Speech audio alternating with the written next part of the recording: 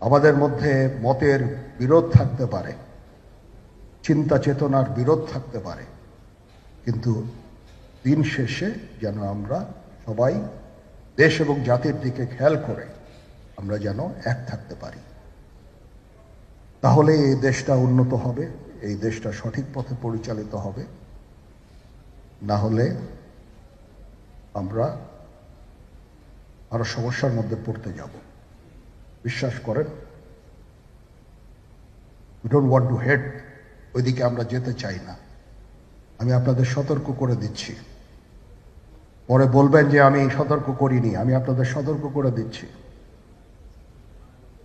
আপনারা যদি নিজেদের মধ্যে ভেদাভেদ ভুলে একসাথে কাজ না করতে পারেন, নিজেরা যদি কাদা ছোড়াছুড়ি করেন, মারামারি কাটাকাটি করেন, এই দেশ এবং জাতির স্বাধীনতা সার্বভৌমত্ব বিপন্ন হবে। আমি আজকে বলে দিলাম, নাইলে আপনারা বলবেন যে আমি আপনাদের সতর্ক করিনি। আমি সতর্ক করে দিচ্ছি আপনাদের।